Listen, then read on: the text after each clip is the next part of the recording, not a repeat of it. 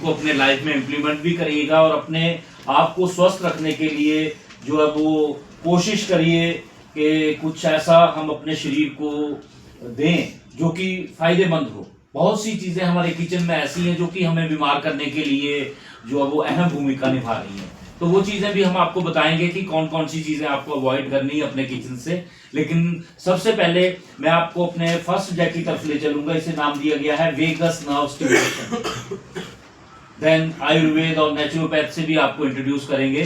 तो अभी आपको मैं ले चलता हूं अपने फर्स्ट सब्जेक्ट की तरफ। इसका नाम है वेगस नर्व स्टिमुलेशन। सुना जी आपने कभी ये जो शब्द मैं वेगस बोल रहा हूं ये सुना है?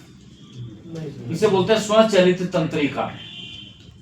स्वचलित तंत्रिका वेगस नर्व। इसकी जो जानकारी है वो 99% मेडिकल प्रोफेशन में जो लोग हैं, चाहे वो फार्मर्स हैं, डॉक्टर्स हैं, नर्सिस हैं, सभी को इसके बारे में बखूबी ज्ञान है। उनके सिलेबस में होता है ये सब, लेकिन वो कभी हमें ये चीज नहीं बताते। आप लोगों के घरों में भी या दाएं बाएं रिश्तेदारी में है ना डॉक्टर्स, नर्सिस भी हैं, फार्मर्स हैं, तो कभी आपको उन्होंने ये चीज नहीं बताई होगी।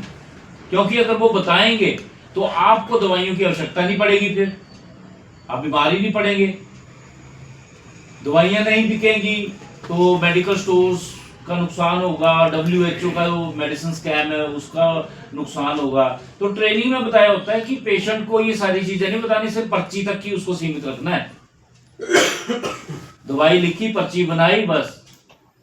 तो हमने ये बेड़ा उठाया कि आपको हम जो है वो ये एक बहुत बेहतरीन चीज जिससे आप अपनी 99% समस्याओं का समाधान बिना किसी एडवर्स इफेक्ट के, बिना दवाओं के ले सकते हैं। वो सारी चीजें अभी कवर की जाएंगी। तो वेगस नर्व क्या है? ये है वेगस नर्व जी।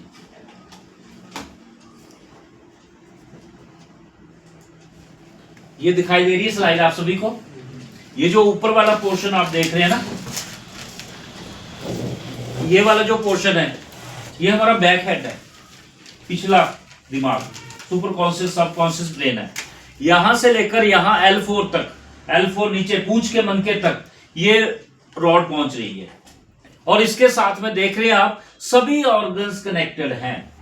आपकी आंखें, हार्ट, लीवर, सभी के सभी ऑर्गन्स वेगस नर्व के साथ में कनेक्टेड है। क्यों कनेक्टेड है? क्योंकि वेगस नर्व जो है वो 2 डेजिग्नेशन के ऊपर काम करती है हमारे शरीर में। फर्स्ट वन, ये सबसे बेहतरीन डॉक्टर है हमारे शरीर में बैठा हुआ है। आप देखते हैं ना 30, 35, 40 साल की उम्र में अगर बीमार पड़ भी गए तो बिना दवाई के, बिना डॉक्टर की मदद के 5-10 दिन में अपने आप ही ठीक हो जाते हैं। तो वो जो अपने आप ही ठीक हो जाते हैं ना, ये करती है, ये सपोर्ट करती है, तब हम ठीक हो जाते हैं। ऑटो हीलर है ये। दूसरा, ये एक हमारे शरीर में एक मां के जैसा काम भी करती है। जैसे मान लीजिए इन सभी में से अगर कोई कमजोर हो रहा है तो ये वेगस नर्व क्या करेगी? उसकी तरफ ज्यादा तवज्जो देगी, ध्यान देगी और उसको एक्स्ट्रा एनर्जी प्रोवाइड करके फिर से तगड़ा मजबूत कर देगी। मतलब मां की तरह भी है और डॉक्टर भी है।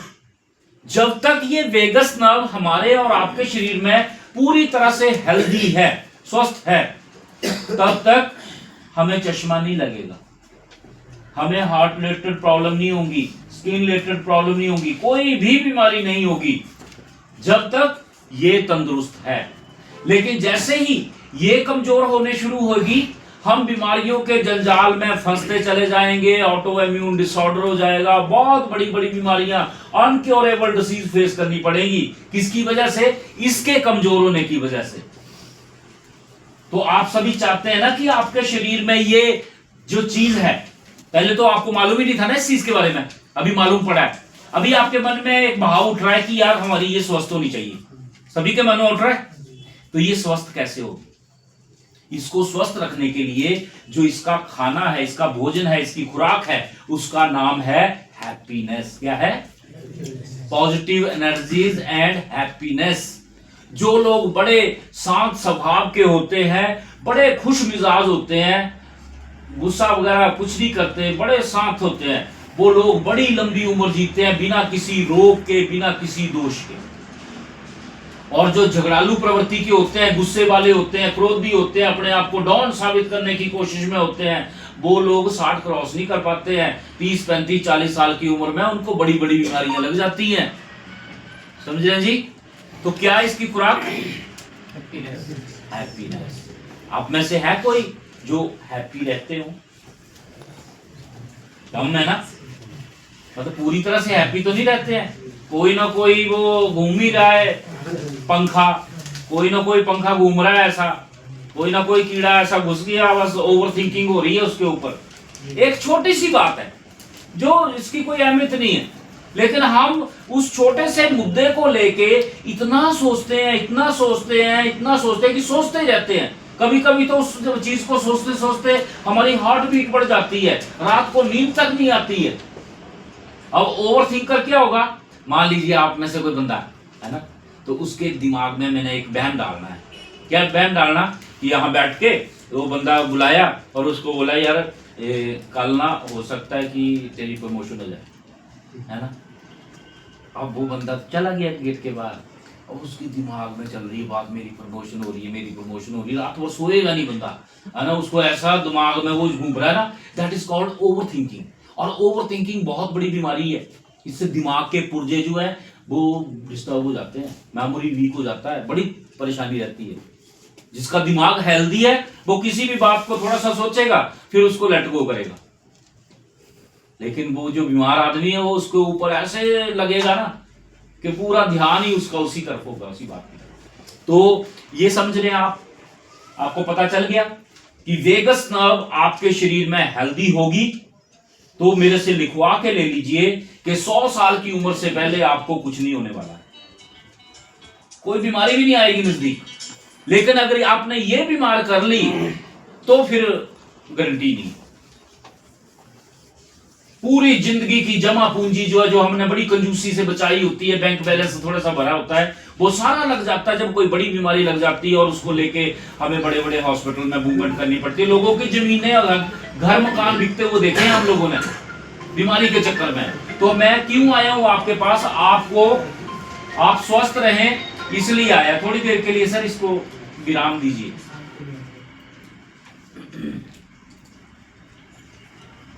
तो अभी मैंने आपको एक चीज तो बताई जी, इसके ये हेल्दी तभी रहेगी जब आप पॉजिटिव रहेंगे और खुश रहेंगे। तो ये आपने ही रहना है।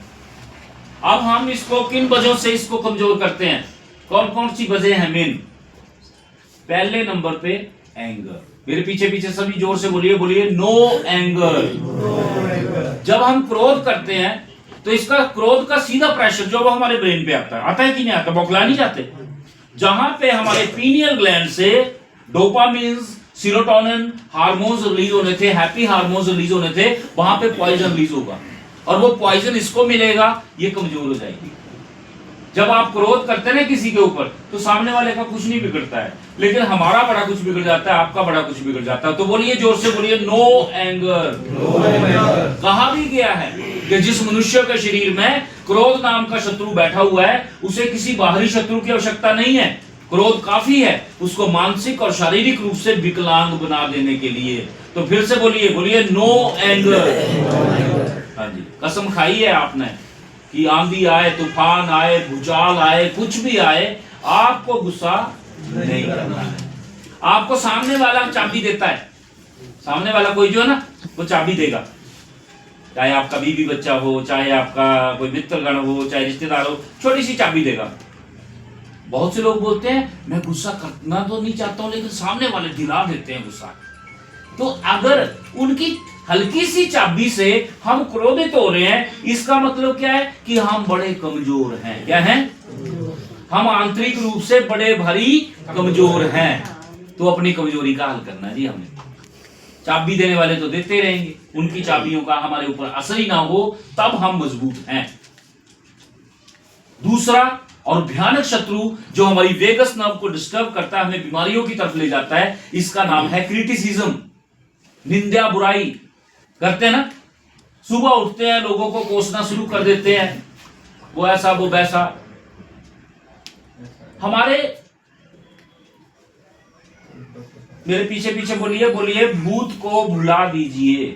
भूत को भुला दीजिए। थोड़ा जोर से बोलिए ना, भूत को भुला दीजिए। वर्तमान को संवारिए, भविष्य आपका उज्जवल होगा। हम अपनी आधे से ज्यादा जिंदगी जो है वो बर्बाद करते हैं भूत के बारे में सोच के, जो हमारे हाथ में नहीं है, हमारे बस में नहीं है। भविष्य के बारे में सोच के, जो हमारे हाथ में नहीं है, हमारे बस में नहीं है। हमारे हाथ और बस में है हमारा प्रेजेंट। तो enjoy each and every moment of your life, because past never return. बीता हुआ समय वापस नहीं आता है, इसलिए अपने जीवन के उन बहुमूल्य पलों को जो बेशकीमती हैं, उनको दूसरों की निंदा बुराई में वेस्ट मत करिए। जब हम दूसरों की निंदा बुराई करते हैं तो दुखी होते हैं ना, दुखों के यार बड़ा गंदा आदमी अंदर से दुखी हो रहे हैं ना, तो वो जो निंदा बुराई कर रहे हैं हम लोग, तो नेगेटिव एनर्जीज को अट्रैक्ट कर रहे हैं, दुखी हो रहे हैं। और दुख इसको चाहिए नहीं है, इसको तो चाहिए खुशी, हैप्पीनेस। तो बोलिए नो क्रिटिसिज्म आज के बाद। और दूसरों की निंदा वो ही शख्स करता है, ये अजमाई हुई बात है, बिल्कुल 100% सच बात है कि दूसरों को बुरा भला वो ही बोलता है जिसके खुद के भीतर बुराइयों का भंडार होता है। लगाई ताली। नहीं तो एक समझदार, एक बुद्धिजीवी और एक बेहतरीन पर्सनैलिटी कभी किसी की बुराई नहीं करते हैं। ठीक है जी, बुरे लोग ही बुराइयां करते हैं। तो आज के बाद में हमें किसी को क्रिटिसाइज नहीं करना है।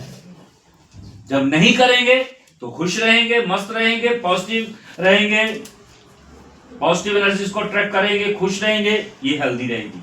तीसरा और भयानक शत्रु हमारे और आपके भीतर बैठा हुआ है, इसका नाम है कंप्लेंट्स, शिकायतें। हम सुबह उठते हैं और अपने आप को, अपने जीवन को, अपने सगे संबंधियों को, रिश्तेदारों को, भाई बंधुओं को, कुलीग्स को कोसना शुरू कर देते हैं। कुछ लोग तो अपनी नौकरी को कोसते रहते हैं, यार मेरी नौकरी अच्छी नहीं है, मेरी बीवी अच्छी नहीं है ना, कोसते हैं ना। तो अपने जीवन में से हर प्रकार की कंप्लेंट्स को खत्म करने का मैं एक आपको तरीका बताता हूं। बचपन से सुनते हुए आ रहे हैं हम लोग कि जीना झूठ है और मरना सच है। तो ये जो मरना अटल सत्य है, हम सभी ने एक ना एक दिन बारी बारी से सभी ने जाना है, अटल सत्य है ये। तो इस अटल सत्य को बोलते हैं हम लोग मौत। आपसे मैं पूछना चाहूंगा, आप में से कोई जानता है कि मौत कैसी होती है? मालूम है किसी को? जैसे ये जो चीज है ये हरी हरी होती है, वैसे मौत कैसी होती है? नहीं बताना, मैं बताऊंगा आपको।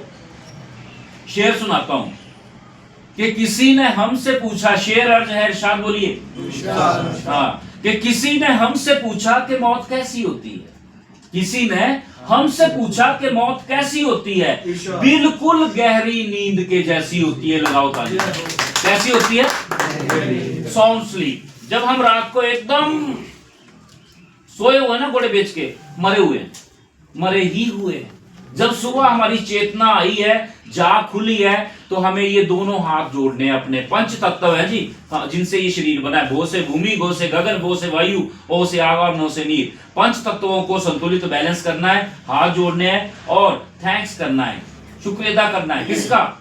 उसका जिसने सांस लेने के लिए हमारे लिए ऑक्सीजन का बंदोबस्त करा है, प्यास बुझाने के लिए पानी का इंतजाम करा हुआ है, और पेट की भूख मिटाने के लिए कई प्रकार के भोजनों का प्रबंध करा है। उसका हमें थैंक्स करना है कि एक नया दिन मिला है हमें जीने के लिए, अच्छे अच्छे काम करने के लिए, लोगों के काम आने के लिए और अपने जीवन को सफल बनाने के लिए। तो आपका बहुत बहुत शुक्रिया, और आज का दिन जो है वो मेरा बेहतरीन बीते, मैं दुनिया के काम आऊं। लेकिन अक्सर 90% लोग करते क्या है, जैसे नींद खुलती है वैसे उनके मुंह में से पहला शब्द निकलता है हाय, है ना। ठंडे पानी से नहाना पड़ेगा, तैयार होना पड़ेगा, ड्यूटी पे जाना पड़ेगा, फिर वापस भी आना पड़ेगा, फिर बच्चों की एक फीस देनी पड़ेगी, वो करना पड़ेगा, पड़ेगा। मैं आपको आपकी भाभी की तरफ ले चलूं थोड़ा सा।